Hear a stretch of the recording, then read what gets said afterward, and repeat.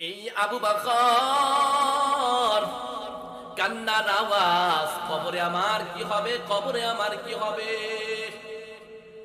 কেন এত কান্নার আওয়াজ? বলে নবী বলেছে ওই কবর তোমার জন্য হয়তো জান্নাতের বাগান হবে অথবা জাহান্নামের গর্ত।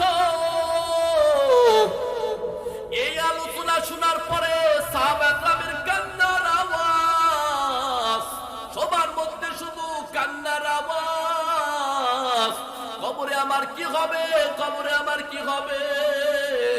এর নবীর উম্মতের দল, অর্ধ জাহানের খলিফা হযরত ওমর, আল্লাহর কবরের ভয়টা কেমন ছিল।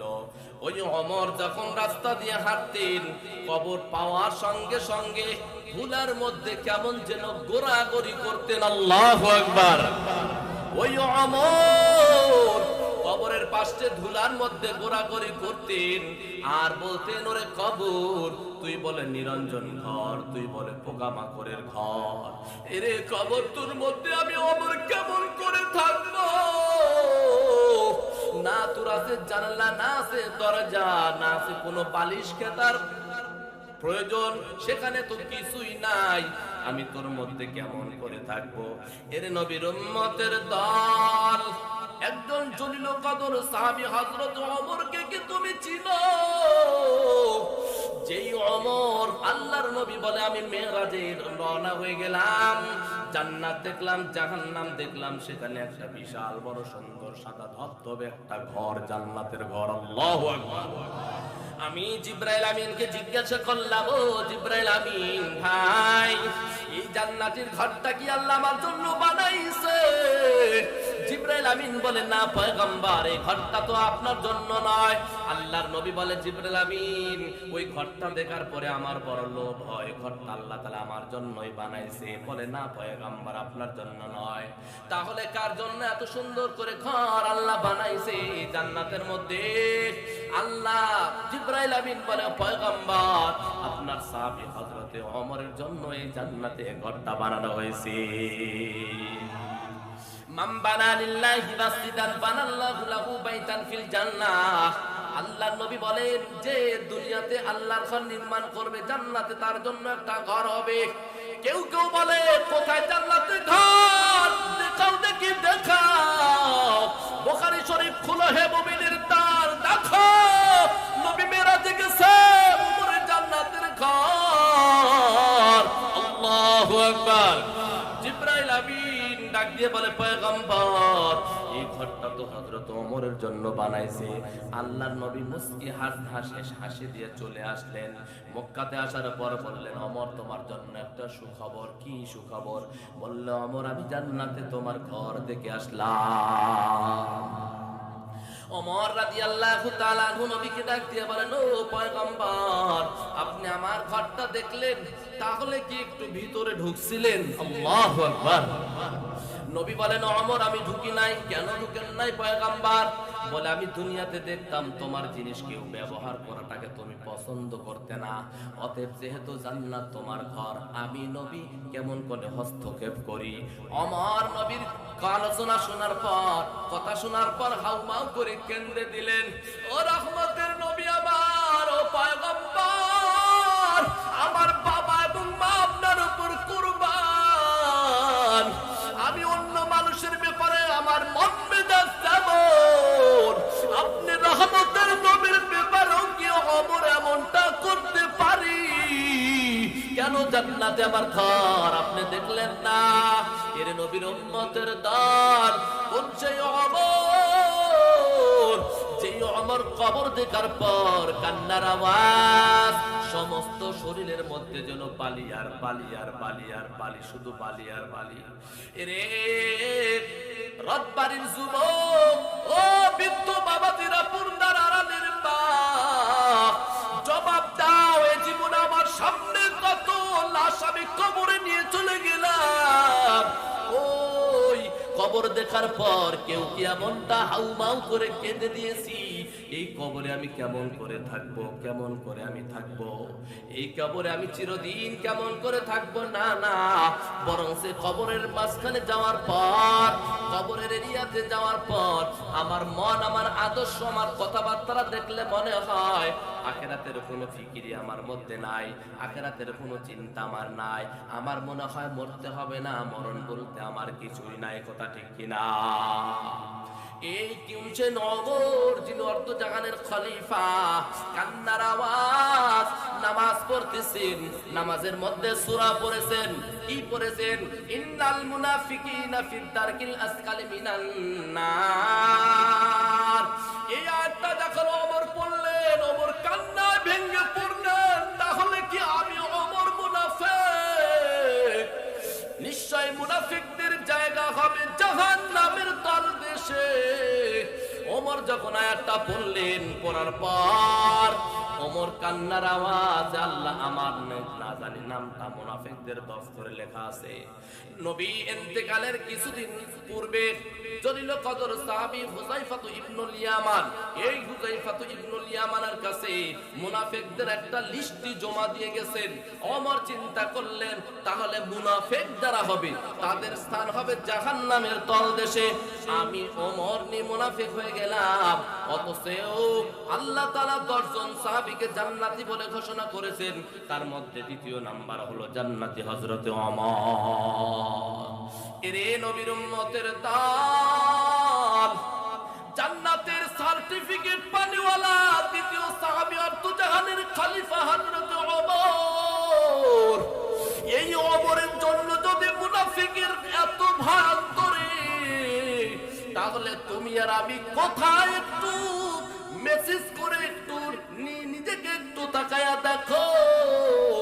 যে ওমর আল্লাহর জন্য পাগল, দ্বীনের জন্য পাগল, শরীয়তের জন্য পাগল, কোরআনের জন্য পাগল, আল্লাহ তাআলার সাথে কি সম্পর্ক লাগাইছে, দুনিয়াতে আল্লাহ তাআলা জান্নাত দিয়ে দিয়েছে, অথচ সেই ওমর পর্যন্ত মুনাফিকের ভিতরে এত ভয়।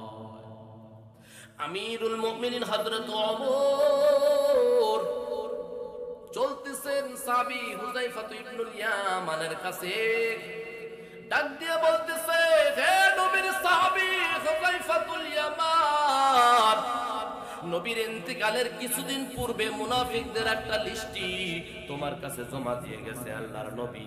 ওই লিস্টির মধ্যে একটু দেখো তো ভাই, আমার নামটা নিয়ে মুনাফিকের লিস্টির মধ্যে আছে, কেমন মুনাফিকের ভয়। অর্ধ জাহানের খলিফা কেমন যেন মোমের মতো নরম হয়ে গেলেন, পানির মতো ঠান্ডা হয়ে গেলেন।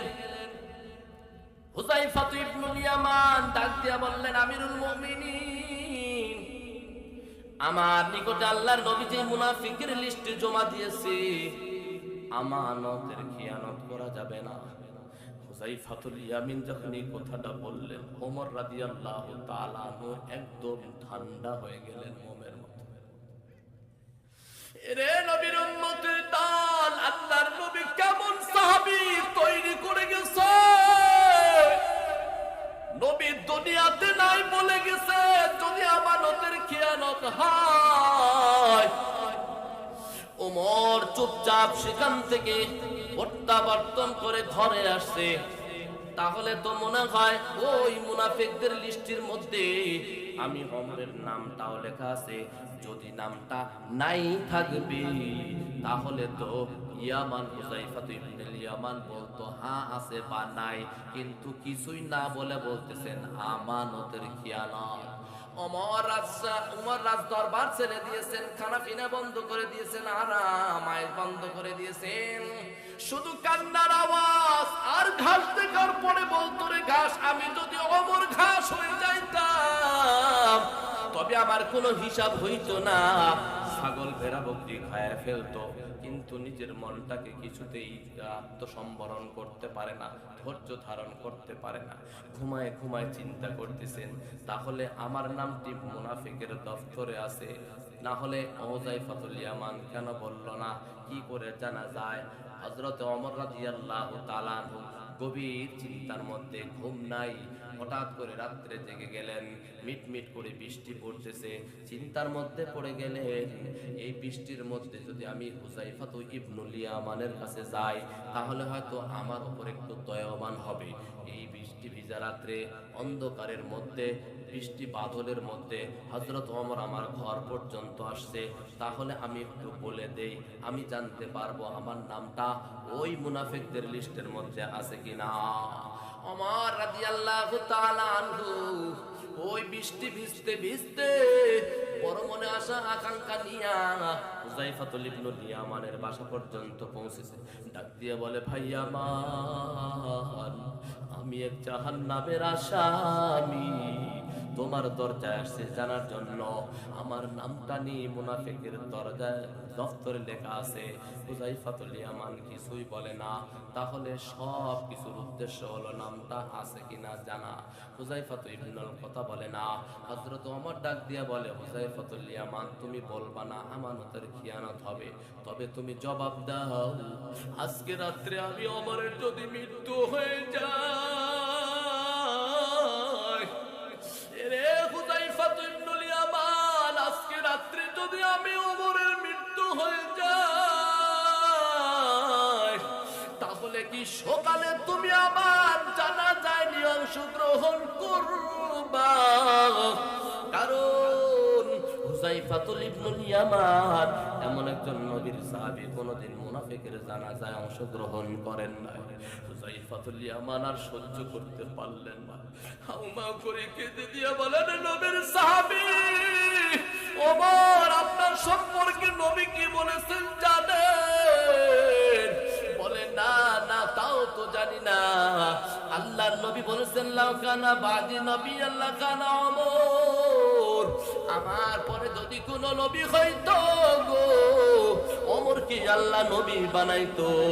এরে ওমর খলিফাতুল মুসলিমিন, আমি হুযায়ফাতুল ইয়ামান, আজকে রাত্রিতে যদি আপনার মৃত্যু হয়ে যায়, আগামীকাল সকাল বেলা যদি জানাজা হাজির হয়, আল্লাহর কসম, আমি হুযায়ফাতুল ইয়ামান সবার প্রথমে, সবার আগে আমি যায় আপনার জানাজার প্রথম কাতারে দাঁড়াইব। हकीकत से तो दुनिया बेखबर है, दुनिया की नुमाइश पर नजर है। नमी गोयम के आज दुनिया जुदा बाश, बहरे कारे के बाशी बा खुदा बाश। এরে রতবাড়ির যুবক ও বৃদ্ধ বাবাদের পর্দার আড়ালের মা,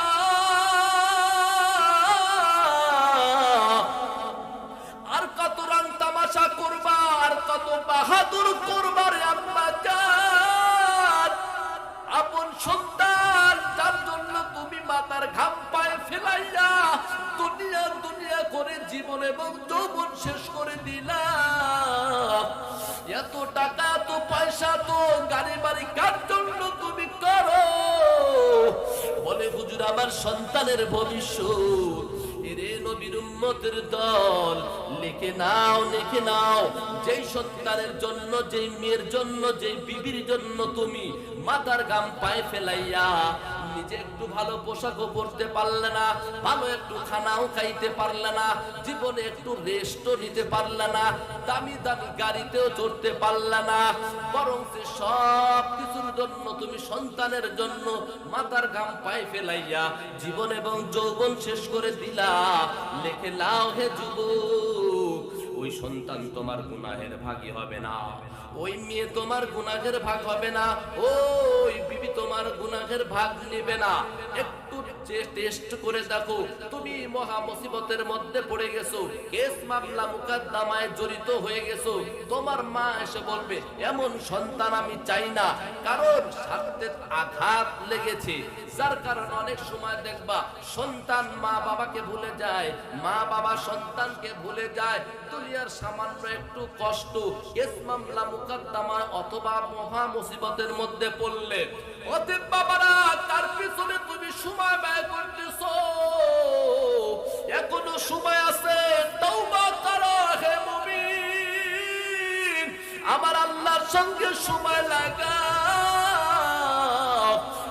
মালিককে ডাক দিয়া বলা হে মালিক, 60 থেকে 70 বছর হায়াতের জিন্দেগি তুমি আমাকে দিয়েছো। 60 থেকে 70 বছর হায়াতের জিন্দেগির সেকেন্ড, প্রত্যেকটা সেকেন্ড আমি দুনিয়ার লাইনে ব্যয় করেছি, বন্ধু বান্ধবের পিছনে ব্যয় করেছি, খেলার সাথে পিছনে ব্যয় করেছি। মসজিদ থেকে আজানের আওয়াজ, ওই মুয়াজ্জিন সাহেব আজান দিয়েছে, একবার মসজিদে যাই নাই। আলেম ওলামা হাতে ধরে পায়ে ধরে বুঝাইছে চল নামাজে যাই, যাই নাই। ওয়াজ নসিহত হইছে, আলেম ওলামা কত জ্ঞান গর্ব আলোচনা করেছে। আমি চাষতলে সময় ব্যয় করেছি, রাস্তার মধ্যে সময় ব্যয় করেছি, জান্নাতের বাগানে বসি নাই। এখন আমি চোখটারে বন্ধ করে দেখলাম আমার জীবনে আর একটা অনেক আমল নাই, আমার মতো হতভাগা আর কেউ নাই। এর নবীর উম্মতের দান ও আইয়ুব পয়গম্বর 18 বছর যাবত কিরায় ভুগতেছে, কিরায় ভুগতেছে। শরীরের মধ্যে কিরা লেগেছে, গোশতগুলা পচে পচে পচে পড়তেছে, দুর্গন্ধ। এলাকার মানুষ দুর্গন্ধ সহ্য করতে না পারে এলাকা থেকে চলে গেছে, বিবিরা কিছু চলে গেছে, আর দুর্গন্ধ সহ্য করা যাবে না। এরে আম্মা জান একটু ভালো করে লক্ষ্য করে শুনেন, আর তো হয় কোনোদিনও আসবো না রে আম্মা জান। দুটা কথা বলে যায়, তারা শোনার চেষ্টা করেন রে আম্মা জান। আইয়ুব আলাইহিস সালামের বিবিগুলো এসে বলেন ও পয়গম্বর আমাদেরকে তালাক দিয়ে দেন, আমরা থাকতে চাই না, কারণ দুর্গন্ধ আর সহ্য হয় না, দুর্গন্ধ, আমরা চলে যেতে চাই। আইয়ুব আলাইহিস সালাতু ওয়াস সালাম চোখের পানি ফেলাইয়া ভাঙ্গা দিল নিয়ে আল্লাহ তাআলার কাছে বলেন ফাসায়াকফিকাহুমুল্লাহ, এরে বিবি তোমাদেরকে কত আপন করে মহব্বত করে আমি তোমাদেরকে লালন পালন করেছি, আজকে এই মুসিবতের দিন তোমরা আমাকে ছেড়ে ছেড়ে চলে যাইতেছো। ফাসায়াকফিকাহুমুল্লাহ, বুঝতে পেরেছি এখন আল্লাহ তাআলা ছাড়া আমার আর সাহায্যর কেউ নাই। সাহায্যের মালিক কে? সম্মানের মালিক কে? ইজ্জতের মালিক কে? আল্লাহর নবী কান্নার আওয়াজ, কানতে কানতে দেখে ওই পায়ের কাছে একটা বিবি বসে আছে, নাম হলো রহিমা। হাদিসের মধ্যে রহমা আসছে।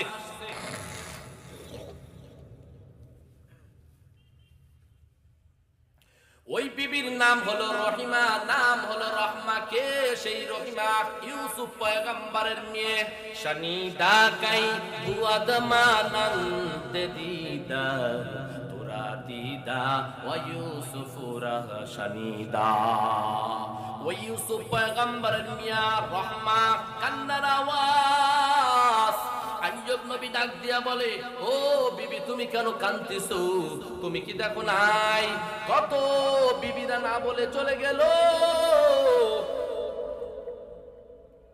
কত বিবিরা না বলে চলে গেল, তুমি কেন কাঁদতেছো? যাও যাও তোমরা সব আমার কাছ থেকে চলে যাও, তোমাদেরকে দরকার নাই। ফাসায়াকফিকাহুমুল্লাহ, আমার জন্য আমার আল্লাহই যথেষ্ট হয়ে যাবে। রহিমা বিবি চোখের পানি ফেলাই দিয়া বলে পয়গম্বর সব বিবি চলে গেছে, আমার কোনো আফসোস নাই, আমাকে আপনি তাড়ায় দিবেন না গো রহমতের নবী আমার, আমাকে আপনি তাড়ায় দিবেন না। কেন তাড়ায় দিব না? কি কারণে তুমি আমার খেদমত করতে চাও? বলে পয়গম্বর বাকি জীবন আমি আপনার কাছে কাটায় দিতে চাই। কেন কাটায় দিতে চাও? বলে রহমতের নবী আমার, আপনি তো বলেছেন হাসরের মাঠটা বড় কঠিন, যেখানে একটা নেকির ব্যবধানে বাবা মা জাহান্নামে যাবে, সন্তানেরা জান্নাতে যাবে। একটা নেকির ব্যবধানে ইমাম সাহেব জাহান্নামে যাবে, মুক্তাদিরা জান্নাতে যাবে। যেখানে একটা নেকির ব্যবধানে মুক্তারা জাহান্নামে যাবে, শ্রোতারা জান্নাতে যাবে, ওই জাহান্নামের ভয় আমি নবী, আমি রহমা বলে কান্নার আওয়াজ, আমাকে আপনি পাঠায় দিবেন না। এরে নবীর উম্মতের দল, জাহান্নামটা কেমন, জাহান্নামটা কেমন?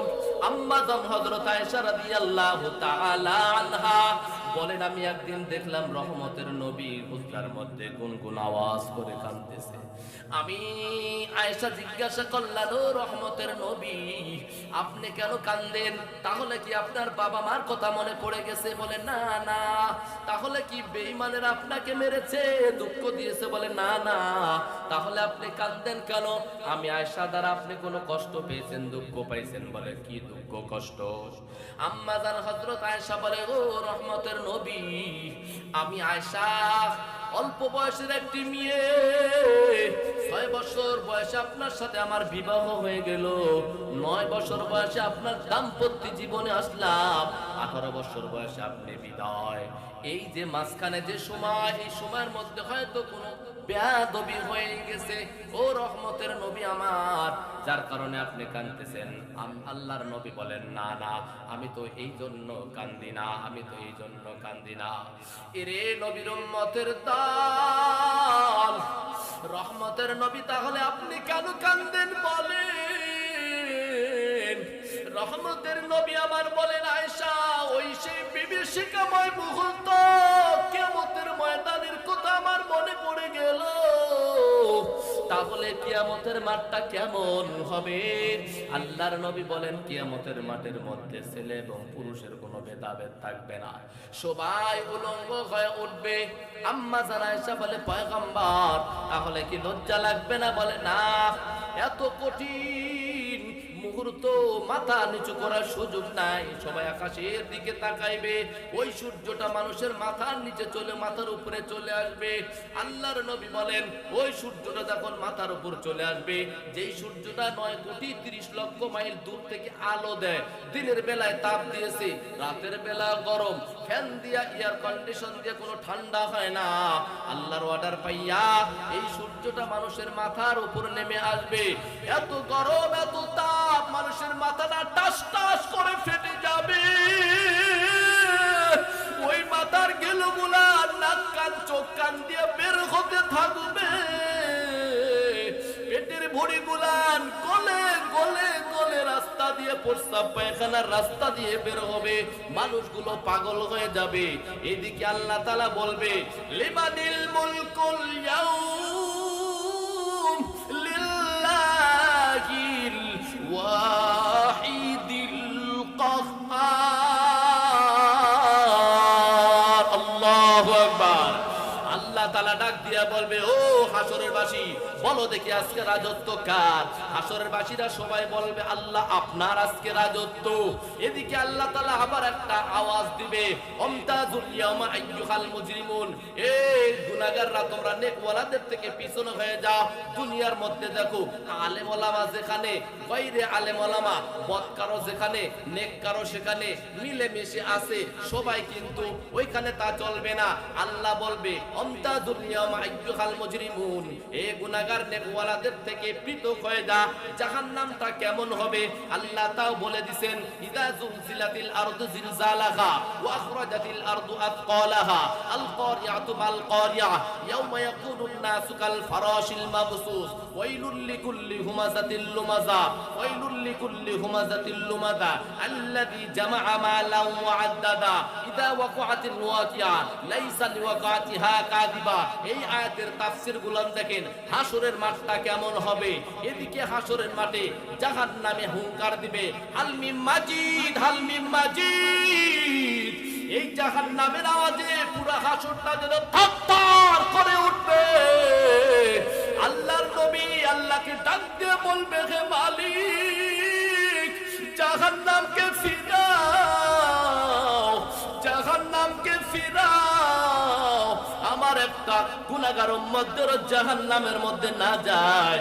আম্মা জান হযরত আয়েশা বলে, ও রহমতের নবী আমার ওই সময় আপনি কি করবেন? নবী বলেন, আমি মাকামে মাহমুদের সিজদায় পড়ে যাব। এরপরে আল্লাহ বলবেন, ও রহমতের নবী আপনি দুনিয়াতে কষ্ট করেছেন, কোরআনের জন্য দান দান শহীদ করেছেন, নামাজের জন্য উটের ভুঁড়ি আপনার মাথার উপর দেওয়া হয়েছে, ওই মক্কার বাজারের ধুলাগুলো আপনাকে ছিটিয়ে দেওয়া হয়েছে, কম্বল দিয়ে আপনাকে টানা হয়েছে, কত হ্যাস্ত ন্যস্ত করা করা হয়েছে, তায়েফের জমিনে আপনাকে রক্ত ঝরাইছে, আপনি বলেছেন ইহদি কওমি ফাইন্নাহু লা ইয়ালামুন, ও আল্লাহ ওদেরকে ধ্বংস করেন না, ওদের পরবর্তী প্রজন্ম আমি নবীকে নবী বলে মানবে। অতএব দুনিয়াতে তুমি ধৈর্য ধরেছো, কষ্ট করেছো, আখিরাত তোমার কষ্টের জায়গা নাও, মাথা উঠাও, আমি নবী বলবো। ও আল্লাহ আমি মাথা উঠাবো না যতক্ষণ পর্যন্ত আমার একটা উম্মত জাহান্নামে যাবে। আল্লাহ তাআলা বলবেন পয়গম্বর আমি আপনার সব প্রতিশ্রুতির দাবি মেনে নিলাম, জান ফাফাল মা শিতা, আপনার উম্মতদেরকে আপনি ধরে ধরে বেঁচে বেঁচে জান্নাতে নিয়ে চলে যান। আল্লাহু আকবার। আম্মা জান হযরত আয়েশা ডাক দিয়ে বলবেন পয়গম্বর 1,24,000 পয়গম্বর, এদের উম্মত তো লক্ষ লক্ষ হাজার হাজার লক্ষ লক্ষ মিলিয়ন বিলিয়ন, এত উম্মতের মধ্যে আপনার উম্মতকে আপনি কেমন করে চিনবেন? আল্লাহর নবী বলেন আয়েশা তুমি কি জানো হাজার হাজার ছাগলের পালের মধ্যে, কালো ছাগলের মধ্যে একটা ছাগলের মাথা যদি সাদা হয় চিনতে কি কষ্ট হবে? বলেন না, কষ্ট হবে না। আল্লাহর নবী বলেন ও আয়েশা হাজার হাজার লক্ষ লক্ষ মিলিয়ন বিলিয়ন নবী 1,24,000 পয়গম্বরের উম্মতের মধ্যে কতই না থাকবে, কিন্তু কিছু কিছু উম্মতেরা থাকবে যারা বিশেষ করে আমার খাস উম্মত হবে। এই খাস উম্মত কোনোদিন নামাজ ছাড়বে না, এই খাস উম্মত কোনোদিন আমি নবীর আদর্শকে জলাঞ্চিত করবে না, অপমান করবে না। তাদের ওই ওযুর জায়গাগুলো, নামাজের জায়গাগুলো নূরের মতন চমকিতে থাকবে। আল্লাহু আকবার। আমি নবী ওই সময় ওই চমকানেওয়ালা মানুষদেরকে আমি ধরে ধরে ধরে ধরে হাউজে কাউসারের পাশে নিয়ে যাব আর বলবো তোরা আমার খাস বান্দা উম্মত, তো আল্লাহর খাস বান্দা, যাও তোমাদেরকে আমি হাউজে কাউসারের পানি পান করানোর সুযোগ করে দিলাম, বাদ বাকি আরো কিছু থাকবে পানি খাওয়ার জন্য চাইবে। নবী বলবেন না সুকান সুকান, কারণ কি জানো দুনিয়াতে তোমাদেরকে আমি দুটো জিনিস রেখে আসছিলাম। এক নাম্বার জিনিসের নাম হলো মা তারাকতুকুম ফি আমরাইন লান তাদিল্লু মা তামাসসাকতুম বিহিমা কিতাবাল্লাহি ওয়া সুন্নাতা রাসূলি। তারাকতু ফিকুম আমরাইন, আমি নবী তোমাদেরকে বলেছিলাম ও আমার উম্মতেরা তোমাদের জন্য আমি দুটো জিনিস রেখে গেলাম। কয়টা জিনিস? এ তোরে বলেন কয়টা জিনিস? দুটো জিনিস রেখে গেলাম। তারাকতু ফিকুম আমরাইন, তোমাদের জন্য আমি দুটো জিনিস রেখে গেলাম। কিতাব আল্লাহ, এক নাম্বার হলো আল্লাহর কিতাব কোরআন মাজিদ, ওয়া সুন্নাত রাসূলি, দুই নাম্বার হলো আমি আল্লাহর নবীর আদর্শ। অতএব তোমরা যেহেতু আল্লাহর হুকুমও পালন করো নাই, আমি নবীর আদর্শ পালন করো নাই, সুকান সুকান সুকান সুকান, চলে যাও চলে যাও, তোমার জন্য কোনো জান্নাত নাই। এর নবীর উম্মতের দান আপনাদের সামনে তেলাওয়াত করেছিলাম। ফি জান্নাতি ইয়াতাসাআলুনা আনিল মুজরিমিন, জান্নাতওয়ালারা জাহান্নামীদেরকে জিজ্ঞাসা করবে মা সালাকাকুম ফি সাকার, ঘটনা কি? তুমি তো রাজা ছিলে, বাদশা ছিলে, প্রেসিডেন্ট ছিলে, এমপি ছিলে, মন্ত্রী ছিলে, সমাজের নেতা ছিলে, তুমি বরং ক্বালু লাম নাকু মিনাল মুসাল্লিন, আমরা যে কারণে জাহান্নামে আসছি তার এক নাম্বার কারণ হলো দুনিয়াতে যখন আজান দিত মুসল্লিরা মসজিদের মধ্যে যাইতো, কিন্তু আমরা বলতাম যাও যাও আসতেছি, কিন্তু কোনো সময় যাইতাম না, আমরা নামাজ পড়ি নাই, যার কারণে আমাদেরকে আল্লাহ জাহান্নামের মধ্যে পাঠিয়েছে। এর নবীর উম্মতের দান আজকে গভীর রজনীতে প্রতিশ্রুতি নাও হে মুমিন, আজ থেকে আমি নামাজ কাজা করব না, জীবনে যা করেছি তওবা করব, কারণ কুল্লু আদমা কুল্লু বনি আদমা খাত্তাউন ওয়া খায়রুল খাত্তাইনা তাওয়াবুন, প্রত্যেকটা বনি আদম হলো অপরাধী, এই অপরাধীর মধ্যে সবচাইতে ভালো হলো যে তওবাকারী। অতএব আল্লাহ বলেন ও বান্দা আমার জন্য তওবার দরজা খোলা, এরে বান্দা তুমি যত বড়ই গুনাহ করো না কেন আমি আল্লাহর কাছে ক্ষমা চাও, চাইতে দেরি আমি তোমাকে maaf করতে দেরি নাই। কুল ইয়া ইবাদিয়াল্লাযীনা আসরাফু লা তাকনাতু মির রাহমাতিল্লাহ ইন্নাল্লাহা ইয়াগফিরুয যুনুবা জামিআ ইন্নাহু হুয়াল গফুরুর রহিম।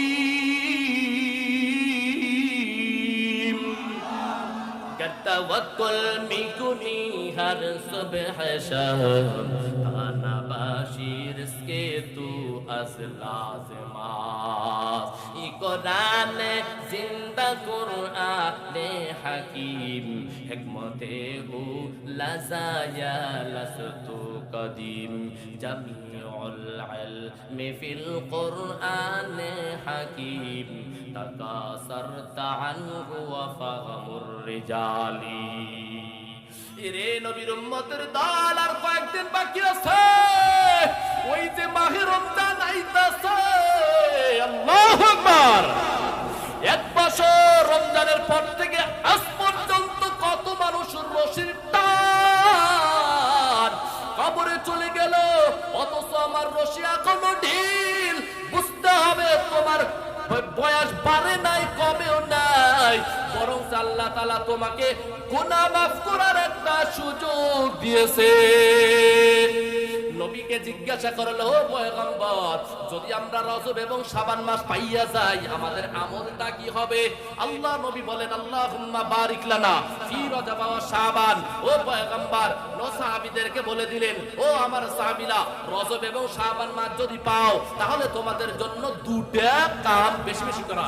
এক নাম্বার হলো আল্লাহুম্মা বারিক লানা ফি রজব ওয়া শাবান, ও আল্লাহ রজব এবং শাবানের বরকত দেন আর মাহে রমজান পর্যন্ত আমাদেরকে পৌঁছাইয়া দেন। অতএব যেহেতু সুযোগ পাইছো, আল্লাহ ইন্নাল্লাহা ইউহিব্বুত তাওয়াবিন ওয়া ইউহিব্বুল মুতাতাহহিরিন, তওবাকারীকে আল্লাহ তাআলা পছন্দ বেশি করেন। গভীর রজনীতে একটু আল্লাহ তাআলার কাছে তওবা করেন, ও আল্লাহ এমন জায়গা বসে বসে গুনাহ করেছি, যদি আমার সন্তান জানতো বাবা বলে পরিচয় দিত না, যদি আমার বিবি জানতো তাহলে স্বামী বলে পরিচয় দিত না, সমাজের লোক যদি জানতো সমাজে উঠা বসা করা বড় কঠিন হয়ে যেত। ও আল্লাহ, তো কিছু তুমি জানার পরও তুমি সূর্যের আলো বন্ধ করো নাই, চাঁদের আলো তো তুমি বন্ধ করো নাই, সম্মানের চেয়ার থেকে তুমি ফেলাও দেয় নাই, বরং এত অন্যায় করার পরও তুমি আমাকে ডাক দিয়েছো। আল্লাহ মিন মুস্তাগফিরিন ফাগফির আল্লাহ। আল্লাহু আকবার। আল্লাহ প্রথম আসমানে এসে ডাক দিয়েছে, আল্লাহ মিন মুস্তাগফিরিন ফাগফির আল্লাহ। এ কি আছো গুনাহগার, সমুদ্র পরিমাণ গুনাহ করেছো, শেষ রাত্রে ওযু বানাও, তাজায় নামাজে দাঁড়াও, 2 রাকাত নামাজ পড়ো, চোখের কান্না আসে না ভান করো, চোখের পানি আসে না ভান করো। তুমি যদি ভান করো, আমি আল্লাহ ভান করতে দেরি, আমি আল্লাহ ভান করতে দেরি, তোর জীবনের গুনাহগুলি মাফ করতে দেরি নাই।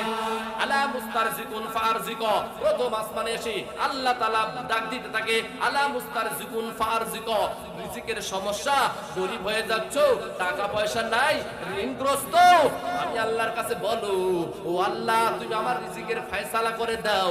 ও বান্দা তুই বলতে দেরি, আমি আল্লাহ দিতে দেরি নাই। আলা মুস্তারজিকুন ফারজিক, আলা মুবতালান ফাওয়াফিয়া, তুমি সমস্যার মধ্যে পড়ে গেছো, কেউ তোমাকে উদ্ধার করতে পারতেছে না, আল্লাহ বলে, ও বান্দা তুমি আমাকে বলো, তুমি যতই কষ্টের মধ্যে থাকো, যতই বিপদের মধ্যে থাকো না কেন, বলতে দেরি, আমি আল্লাহ তোরে ওই বিপদ থেকে উঠাতে দেরি নাই। এর নবীর উম্মতের দল, আজকে তুমি ফজরের নামাজ, কিছু কিছু মা বোনেরা আছে সন্তানদেরকে বলে, ও বাবা ফজরের নামাজটা পড়, সময় হয়ে গেছে, করে আবার ঘুমা। বাবাই বলে, না কেন উঠবে, আমার ছেলের এখনো বয়স হয় নাই, কি হয়েছে? বলে স্বাস্থ্য নষ্ট হয়ে যাবে। আম্মায় বলে, বাবা ওঠ, দেখ এ রমজান শেষের দিকে বাবা একটা রোজা রাখ না, জানোস নি কি সব? বলে কি? বলে রমজান মাসে একটা নফল ইবাদত করবি, অন্য মাসে এই একটা ফরজের সমপরিমাণ তোরে সওয়াব দেওয়া হবে। আল্লাহু আকবার। ওই রমজান মাসে তুই একটা ফরজ ইবাদত করবি, অন্য মাসে 70টি ফরজের সমপরিমাণ সওয়াব দেওয়া হবে। মা ডেকে বলেন, সন্তান তাহাজ্জুদের সময় শেষ, সিহরি খা বাবা, একটা রোজা রাখ।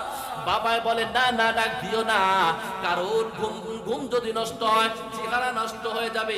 আমি ওই সমস্ত বাবার জন্য বলবো, আরে বাবা, ও সন্তানের বাবা, তোমাকে আমি জিজ্ঞাসা করতে চাই, রমজানের একটা রোজা আল্লাহর পক্ষ থেকে ফরজ হয়েছে, ওই ফরজ রোজা রাখলে তোমার সন্তানের চেহারা নষ্ট হয়ে যাবে, তুমি বুঝলা, রোজাতে নিষেধ করে দিলা, অথচ আল্লাহর নবী বলেন একটু প্র্যাকটিস করাও না, অর্ধ বেলা রোজা রাখাও, হাফ বেলা রাখাও, পুরো দিন রাখাও, একদিন রাখাও, 2 দিন রাখাও, 30 দিন না হয়েছে তো কি হয়েছে, একটু প্র্যাকটিস করো। আমি আল্লাহ ওই প্র্যাকটিসটাকে বাস্তব রোজার রূপ দিয়া ওকে আমি জান্নাতে দিয়ে দেব। এরে নবীর উম্মতের দল, আজকে তোমার সন্তান যদি রোজা রাখে চেহারা নষ্ট হয়ে যাবে, তুমি বুঝলা, কিন্তু তোমার সন্তান, তোমার মেয়ে ওই ল্যাপের মধ্যে ঘুমাইয়া ঘুমাইয়া গজবের মোবাইলটা পুরা রাত্র যেন সেটিং করেছে, গুনাহের প্র্যাকটিস করেছে, গুনাহের প্র্যাকটিস করতে করতে চেহারাটা বাবা নষ্ট করে ফেলে দিয়েছে। এর নবীর উম্মতের দল, ওই গজবের মোবাইলের কারণে তোমার হার্ট দুর্বল, তোমার কিডনি দুর্বল, তোমার ব্রেন দুর্বল, তোমার শরীর দুর্বল। এখন তোমার কি হয়েছে বলে, কানের পাওয়ারও নাই, ডাকলেও শুনে না, চোখেও দেখে না, মানুষের সাথে ধাক্কা লাগে ওই ব্রিজের উপর থেকে পড়ে যায়। এর নবীর উম্মতের দল, ওই গজবের মোবাইলের কারণে লেখাপড়ার 12টা বাজায় দিলে বাম্মা কয় স্কুলে যা, ছেলে পেলে কয় যাইতাছি, যদিও যায় গাছের নিচে পেলা পেলি, ফেসবুকের মহারা ছুটে যায়, গাড়িতে চড়তে ফেসবুক, গাড়ির মধ্যে ফেসবুক, মসজিদের মধ্যে ফেসবুক, এমন কোন জায়গা নাই যুবকদেরকে এই ফেসবুকে নষ্ট করে দিয়েছে।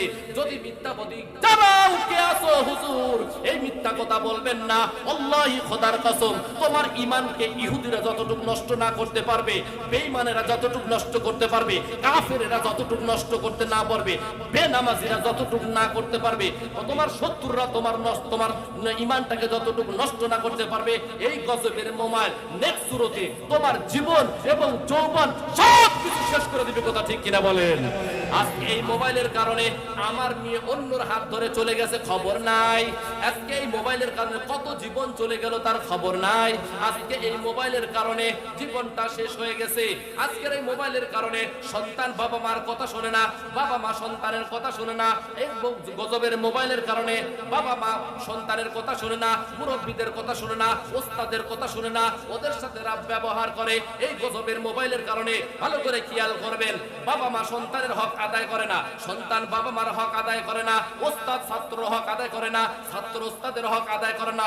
এই গজবের মোবাইলের কারণে দেখবেন পীর সাহেব মুরিদদের হক আদায় করে না, মুরিদরা পীর সাহেবের হক আদায় করে না। এই গজবের মোবাইলের কারণে ইমাম সাহেবরা মুক্তাদির হক আদায় করে না, মুক্তাদিরে ইমামের হক আদায় করে না। এই গজবের মোবাইলের কারণে বক্তারা শ্রোতার হক আদায় করে না, শ্রোতারাও কিন্তু বক্তার হক আদায় করে না। কথা ঠিক কিনা? এর নবীর উম্মতের দল, এই গজবের মোবাইল ঠেলে ঠেলে ঠেলে তোমার হাতটা না পাক, তোমার ঠোঁটটা না পাক, তোমার চোখটা না পাক, তোমার কানটা না পাক, অতএব সবকিছু তোমার শেষ হয়ে গেল বাবা, না পাক।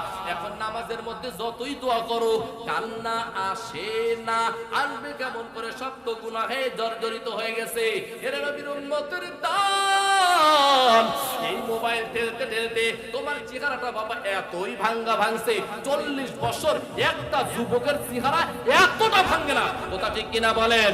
এমন ভাঙ্গা ভাঙছে।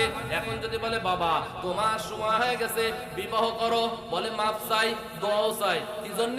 জীবন এবং যৌবন ফেসবুক ঠেলতে ঠেলতে, এই ইউটিউব ঠেলতে ঠেলতে খেতার মধ্যে শেষ করে দিছে। কথা ঠিক কিনা?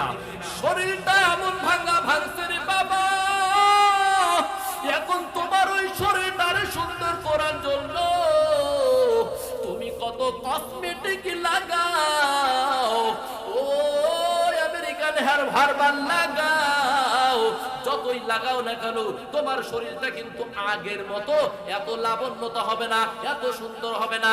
কারণটা কি জানো বাবা? কারণটা খোদাই গজব। আল্লাহ তাআলা পুরো রাতটা দিয়েছে, ওয়াজআলনাল লাইলা লিবাসা ওয়াজআলনান নাহারা মাআশা। ভালো করে শুনবেন, আল্লাহ তাআলা পুরা রাতটা দিছে মুমিনের ঘুমানোর জন্য একটা নিয়ামত, অর্থাৎ মুমিনের জন্য রাতটা বড় নিয়ামত। এই নিয়ামত আর দিনটা দিছে হলো কাজের জন্য, তোমরা কাজ করো। অতএব আল্লাহর নিয়ামত তুমি নষ্ট করেছো, ঘুমে ঘুমে আল্লাহর নিয়ামতটা নষ্ট করে ফেলছো, যার কারণে তোমার শরীর এখন নষ্ট হয়ে গেছে।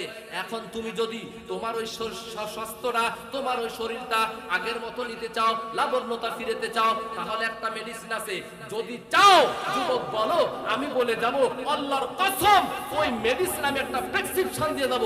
ওই প্রেসক্রিপশন অনুযায়ী তুমি কাজ করো, তাহলে তোমার ওই 40 বছরের আগে 40 বছরের পরের মানুষের মতো যেমন চেহারাটা ভেঙে গেছে, ওই চেহারাটাও 25 বছরের যুবকের মতন হবে।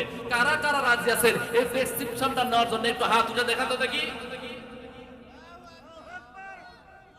নারে তাকবীর, নারে তাকবীর। আল কোরআনের আল কোরআনের আলো, আল হাদিসের আলো, কোরআন হাদিস যেখানে, কোরআন হাদিস যেখানে, মোবাইল আছে যেখানে, ফেসবুক আছে যেখানে, ইউটিউব আছে যেখানে, নারে তাকবীর। আলহামদুলিল্লাহ, হাত নামান। এই মেডিসিনটা আমি আপনাদেরকে দিয়ে যাব। আমি বলি, ও সন্তানের বাবা, ওই ফজরের নামাজ পড়লে তোমার সন্তানের চেহারাটা নষ্ট হয়ে যাইতো না? ওই রোজাটা রাখলে ঘুম কামাই করে তোমার সন্তানের চেহারাটা নষ্ট হয়ে গেছে না, যাইতো না? আল্লাহর কসম, নবী বলেন যে তুমি যদি ফজরের নামাজ কন্টিনিউ করো, তাহলে তোমার ভাঙ্গা চেহারাটা চাঙ্গা হবে। আল্লাহু আকবার বলেন। কেন হবে, কেন হবে হুজুর? এত সুন্দর, টাকা নাই, পয়সা নাই, কিছু লাগলো না, চেহারাটা ভালো করে দিলেন। এরে যুবক, তুমি সুন্দর করে তাফসীরটা বোঝার চেষ্টা করো। কারণ কি জানো, হাওয়া দুই ধরনের হয়, একটা হলো গরম, একটা হলো শীতল। যেই হাওয়াটা গরম হয়, হাদিসের মধ্যে আসছে জাহান্নামের মুখটা খুলে দেওয়া হয়। কি খুলে দেওয়া হয়? আর সমস্ত রাত গরম, দেখবেন সমস্ত রাত গরম, কিন্তু ফজরের নামাজের সময় কেমন যেন একটু শান্তিদায়ক, একটু ঠান্ডা লাগে। লাগে কিনা বলেন? রাত্রে যতই গরম থাক না কেন, শেষ রাত্রে হাওয়াটা কিন্তু ঠান্ডা। বলে ওই হাওয়া কিন্তু প্রাকৃতির নয়। আল্লাহ বলেন, ও বান্দা, তোমাদের চেহারাটা নষ্ট হয়ে গেছে, তুমি দুর্বল হয়ে গেছো, আমি জান্নাতের একটু হাওয়া খুলে দিলাম। আল্লাহু আকবার। জান্নাতের দরজাটা খুলে দিছি, ওই জান্নাতের হাওয়া তোমার চেহারায় লাগছে। তুমি হারবাল খাও আর ব্যবহার করো আর কসমেটিক লাগাও, কোনো দাম নাই। ওই শেষ রাত্রের বাতাসটা তুমি তোমার গালে লাগাও, তোমার চেহারায় লাগাও, দেখবা চেহারাটা আগের মতো হয়ে গেছে। আল্লাহু আকবার। অতএব আমি বলতে চাই, ও সন্তানের বাবা, যেই নামাজ পড়লে তোমার সন্তানের চেহারা খারাপ হবে তুমি পড়তে দাও না। ওই সন্তানের চেহারাটা যদি তুমি ভালো করতে চাও, তাহলে ফজরের নামাজের কোনো বিকল্প নাই। মকুন সুস্তি নামাজে পাঞ্জেগানা, ফাওয়াইলুল লিল মুসাল্লিন আল্লাযিনা, মুমিনারা এই নামাজে ইমদাদ দাদ, ইস্তাইনু আয়াতে কুরআবাহা, আয়াতে কদ আফলাহারা ইয়াদকুন, কমর কুন্দার মানি ইয়াজদিল সাদিকুন। চেহারা নষ্ট হয়ে গেছে, ফজরের নামাজ পড়ো। আয় রুজি রোজগারের মধ্যে বরকত নাই, জোহরের নামাজ কন্টিনিউ করো। শরীরটা দুর্বল হয়ে গেছে, কেমন যেন অসুস্থ, আসরের নামাজ কমপ্লিট করো। চিন্তা, টেনশন, পেরেশানিতে ঘুম আসে না, মাগরিবের নামাজ পড়ো। এ বান্দা, তোমার ঘুম ধরে না, ঈশার নামাজ পড়ো। এর নবীর উম্মতের দল, ঈশার নামাজ জামাতের সাথে পড়ছো, অর্ধরাত তো তুমি ইবাদত করেছো। ফজরের নামাজ জামাতের সাথে পড়ছো, অতএব তুমি পুরা রাত তো ইবাদত করেছো। আল্লাহ তাআলা বলে, ও বান্দা, ঈশার নামাজ পড়েছো, মাঝখানে ফজর পর্যন্ত নাক ডাকায় ঘুমায় কাটাইছো, ফজরের নামাজ আমার মসজিদে পড়েছো জামাতের সাথে। আল্লাহ বলে ও বান্দা, ঈশার নামাজ পড়ে তুমি ঘুম দিলা, আবার ফজরের নামাজ পড়লা, মাঝখানে সময় তুমি ঘুমায় কাটাইলা। এই ঘুমটা যদি আমি আল্লাহর হুকুম রাসূলের তরিকা হয়, এই ফাঁকা জায়গাটুকু আমি নেকির পাল্লায় ওজন দিয়ে দিব। তবুকের যুদ্ধ চলতেছে, আল্লাহর নবী বলল কি আসু সাহাবারা, দান করো দান করো দান করো। সাহাবা একরাম নিজেদের ক্যাপাসিটি অনুযায়ী দান নিয়ে আসলেন। রাসূলের কাছে দান একদম একটা পালা ঠিক করে ফেললেন। আল্লাহর নবী আবু বকরকে ডাক দিয়ে বলে, আবু বকর কি নিয়ে আসলেন আর কি ঘরে রেখে আসলেন? আবু বকর বলে, পয়গম্বর আমি ঘর ঝাড়ু দিয়া সবকিছু নিয়ে এসেছি। আল্লাহু আকবার বলেন। আল্লাহ নবী আবু বকরকে জিজ্ঞাসা করলেন, আবু বকর তাহলে ঘরে কি রেখে আসছেন? আবু বকর বলেন, ও পয়গম্বর আমি আল্লাহ এবং রাসূলকে ঘরে রেখে আসছি। আল্লাহু আকবার। কথা বলতে দেরি আল্লাহ তাআলা জিবরাইল আমিনকে পাঠিয়ে দিয়েছেন, ও জিবরাইল আমিন যাও নবীকে বলো যে আল্লাহ তাআলা আবু বকরকে সালাম দিয়েছে। আল্লাহু আকবার। আল্লাহর নবীর কাছে আবু বকর জিবরাইল আমিন চলে আসলেন, ও পয়গম্বর আল্লাহ তাআলা আবু বকরকে সালাম দিয়েছে। আল্লাহর নবী আবু বকরকে ডাক দিয়ে বলে, আবু বকর তোমার ভাগ্য খুলে গেছে, আল্লাহর পক্ষ থেকে সালাম আসছে। ওয়া আলাইকুমুস সালাম। আল্লাহ তাআলা জানতে চাইছে আজকে যে তুমি দানটা করলে এতে খুশি না বেজার? আবু বকর শোনার পরে কান্দা দিলেন। নবী জিজ্ঞাসা করতেছেন, আবু বকর আপনি কেন কান্দেন? খারাপ তো কোনো কথা বলা হয় নাই, আপনি আজকে দান করলেন, ঝাড়ু দিয়ে সব নিয়ে আসছেন, এতে আপনি খুশি না বেজার? আল্লাহ জানতে চাইছে। আবু বকর কান্দিয়া বলেন, রহমতের নবী আমি আবু বকর চির জাহান্নামের আসামি, আল্লাহ হেদায়েত দিয়া আপনার হাতে কালমা পড়েছি, এই কালমা পড়ার পরে আমার তকদীরটা তো খুলে গেল যে স্বয়ং আল্লাহ আমারে সালাম জানাইছে।